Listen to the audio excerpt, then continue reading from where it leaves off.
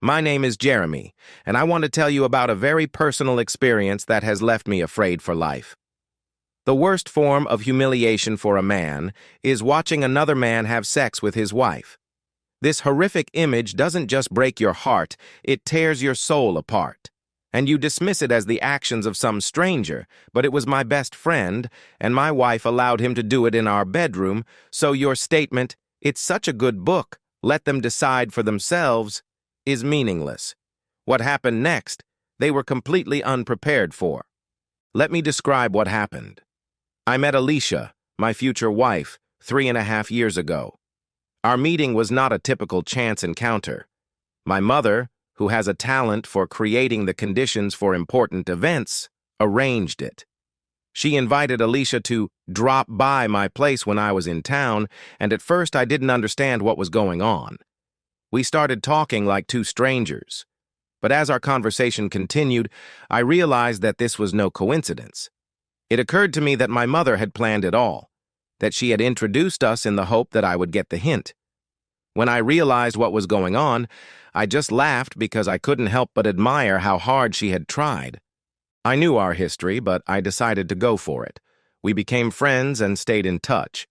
At the time, I was a consultant at McKinsey, so I flew a lot. I spent weeks away from home, moving from city to city. That lifestyle had derailed my past relationships because it's hard to build something real when you're never around. But with Alicia, I felt a change. She made me think seriously about my nomadic lifestyle and whether I would ever find a place where we could come home to, where there would be a man waiting for me to return. When I told her about my job requirements and travel schedule, Alicia just smiled and said, "Your mom told me." That little detail amused me even more. My mom had really done her homework. But I wasn't angry. In fact, I was glad that Alicia knew what she was getting into. So, our relationship began to develop. Every time I came home, I tried to spend as much time with her as possible. And when I was away, we stayed in touch by phone and texted each other to keep up with each other's lives. As we continued to spend time together in a casual setting, things just fell into place and we started dating. We started going on dates and meeting each other's families. My mom was thrilled. She introduced me to Jason, and it was very important to her that things were going so well.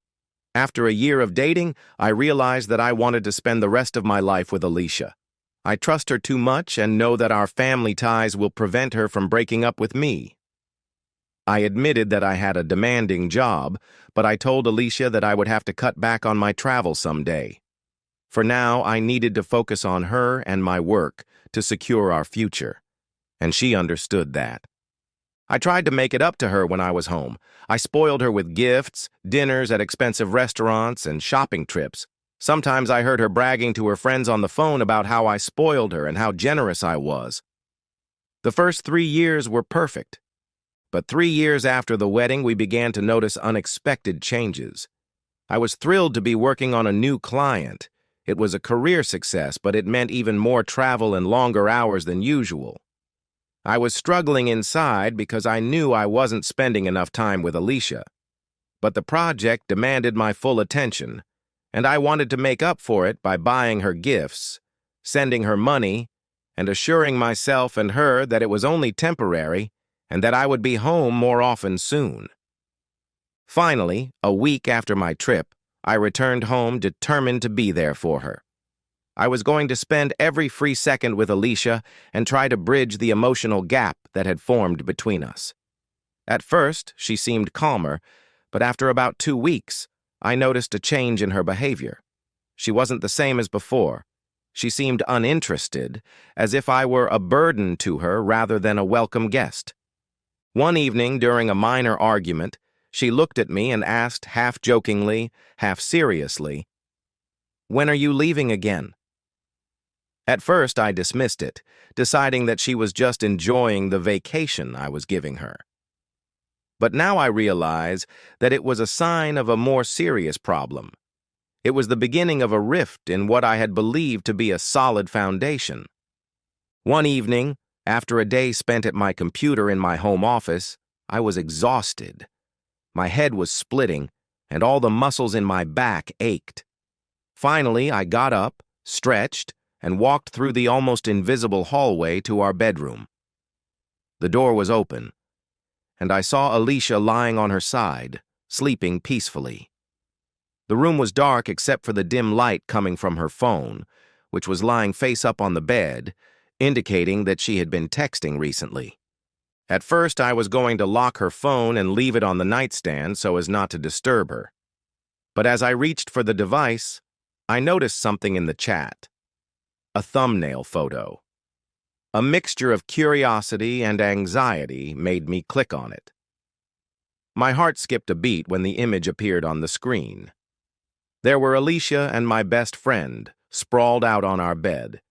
Alicia was lying next to him, her hair scattered across the pillow, and he was smiling at the camera, his face beaming with happiness, as if it were the best moment of his life. Underneath the image was a caption. "Can't wait to hold you." Those words hit me like a cold wave, turning my former refuge into a place of desecration. Unable to hold back, I scrolled through the chat, but it only got worse. That day, she had also sent him a photo of herself in the mirror. Wanting to know how deep this betrayal went, I went into her phone's gallery and found something even more horrific. Videos of them together in bed, in our bed, in my own home. This wasn't just cheating. It was a deep betrayal, a blow to everything I had built with her. I felt anger, pain, and confusion building inside me. I was overcome by an almost uncontrollable urge to tell her everything I was thinking, but I held back because if it went to the police, I would only hurt myself. Instead, I kept my composure. I transferred everything to my phone, just in case I needed proof. When I was done, I wiped the screen and put the phone back in its place. Then I went to bed, knowing full well that my life would never be the same again. That night, I couldn't sleep, the images I had seen replaying in my head. I fell asleep, and when I woke up, Alicia was making coffee as if nothing had happened. I followed her lead and tried to sound as casual as possible. "So, what do you usually do when I'm away?" She listed a few things: watching TV shows, meeting friends, shopping. On the outside, everything looked and sounded normal, but inside, I was fighting waves of pain and rage that I didn't know how to express. Then I looked her straight in the eye and said, "Does that include having sex with my best friend?" She froze in shock for a moment. After a pause, she replied, "What do you mean?" She became very defensive, as if I had accused her of something terrible. Taking a deep breath, I said quietly, "Unlock your phone." She narrowed her eyes and replied sharply, "Why do you want my phone?" I could hear the sharpness in her voice. I asked again, and she refused again. "You have no right to order me around." I nodded slowly and accepted her answer. "Okay." I didn't hesitate.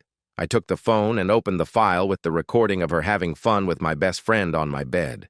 I handed her the phone and said, "Maybe you can explain what this is." She looked at the screen but didn't say a word to deny or apologize for the comments. Instead, she simply asked where I got the photos, as if that was the crux of the entire issue. Her audacity was unbelievable. There was no sign of humility or remorse, only attempts to explain the situation. I closed my eyes and took a deep breath, forcing myself to hold it together even though my heart was breaking into pieces. "I'm leaving," I said. "But if I come back in a couple of days and you're still in this house, I promise you that those photos and videos will be scattered all over the apartment." I could see the effect my words had on her as she broke down. Her face was wet with tears, and she muttered something I couldn't make out. I didn't want to listen to her or comfort her, so I quietly got ready for work and left empty-handed.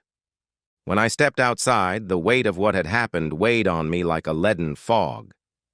I couldn't stay there any longer. The first thing I did was call my lawyer to make a plan for what to do next. I told him about my new Chi-Chi industry, and he listened patiently, then shared a thought with me that I hadn't considered, since we had moved to North Carolina after all. He said that I could hypothetically sue my wife's lover for adultery in a case of alienation from the family. It sounded complicated, But in reality, I could simply sue him for destroying my marriage. I had proof, and I suddenly felt empowered again.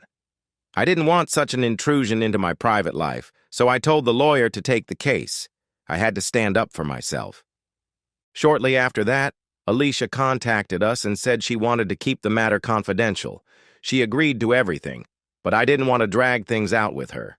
I wanted to punish him for sleeping with her. She begged me to drop the lawsuit against him, but I refused to help her ex-husband.